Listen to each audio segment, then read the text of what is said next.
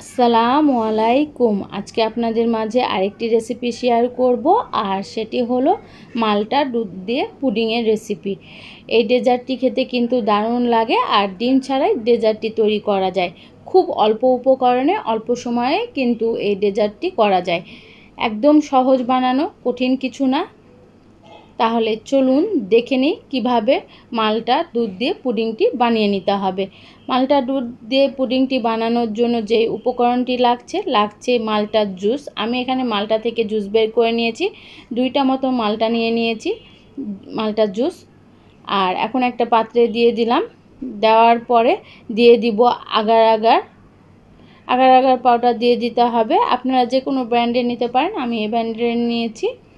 আর এখন দিয়ে দিচ্ছি 1 টিস্পুন মতো আগার পাউডার। আগার পাউডার দেওয়ার পরে মিশিয়ে নিব। মেশানো মোটামুটি হয়ে গেছে। আর এ পর্যায়ে এসে দিয়ে দিচ্ছি চিনি। চিনিটা আপনারা আপনাদের পছন্দ অনুযায়ী কম বেশি করে দিতে পারেন। আমি এখানে 4 টেবিল চা চামচ মতো দিয়েছি। 4 টেবিল চামচ মতো দিয়েছি। আর এখন চিনিটা গলে গেছে, এখন দিয়ে দিলাম চুলাতে। এখন জাল দিয়ে নিচ্ছি, দেখতেই পাচ্ছেন জুস ঠিক এরকম ঘন যখন হবে তখন নামিয়ে নিতে হবে। নামিয়ে নিয়েছি। যে পাত্রে পুডিং বসাবো সেই পাত্রটি নিয়ে নিলাম, বাটিটা। এখন দিয়ে দিচ্ছি। আমি এখানে কিন্তু ফুড কালার ব্যবহার করিনি, আপনারা চাইলে ফুড কালার ব্যবহার করতে পারেন। আমি অরিজিনাল কালারটাই রাখার চেষ্টা করেছি। এখন ফ্রিজে দিয়ে ঠান্ডা করে নিব। আর এখন এখানে নিয়ে নিয়েছি দুধ 150 গ্রাম মতো, আর চিনি দিয়ে দিলাম স্বাদ অনুযায়ী। চিনিটা আমি বারবারই বলছি, আপনারা আপনাদের পছন্দ অনুযায়ী কম বেশি করে দিতে পারেন, যে যেমন পছন্দ করেন। এখন আগার গুলে নিব, সেজন্য দুধ নিয়ে নিয়েছি। 1 টিস্পুন মতো দিয়ে দিলাম আগার পাউডার। দেওয়ার পরে ভালোভাবে মিশিয়ে নিচ্ছি।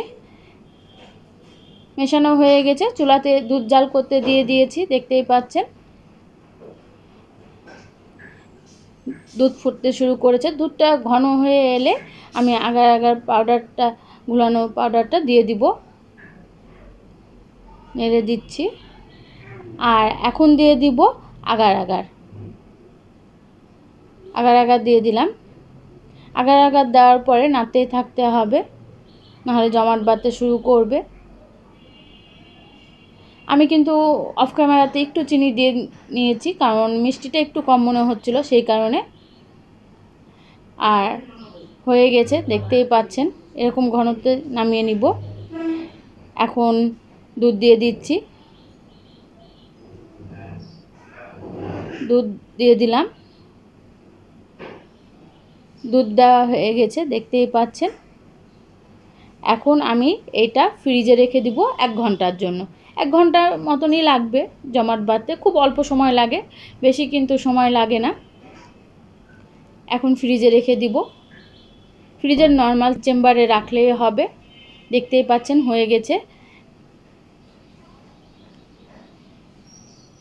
একদম জমাট বেঁধে গেছে।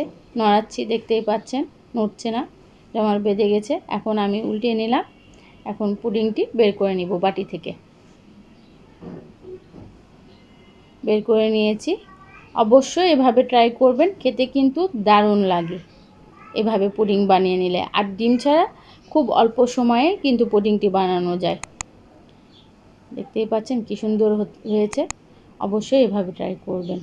ভালো লাগলে আমার ইউটিউব চ্যানেলটি সাবস্ক্রাইব করে নেবেন, পাশে থাকা বেল আইকন বাজিয়ে নেবেন, লাইক শেয়ার কমেন্ট করবেন, আর ফেসবুক পেজটি ফলো করে দিবেন, লাইক শেয়ার কমেন্ট করবেন। ধন্যবাদ।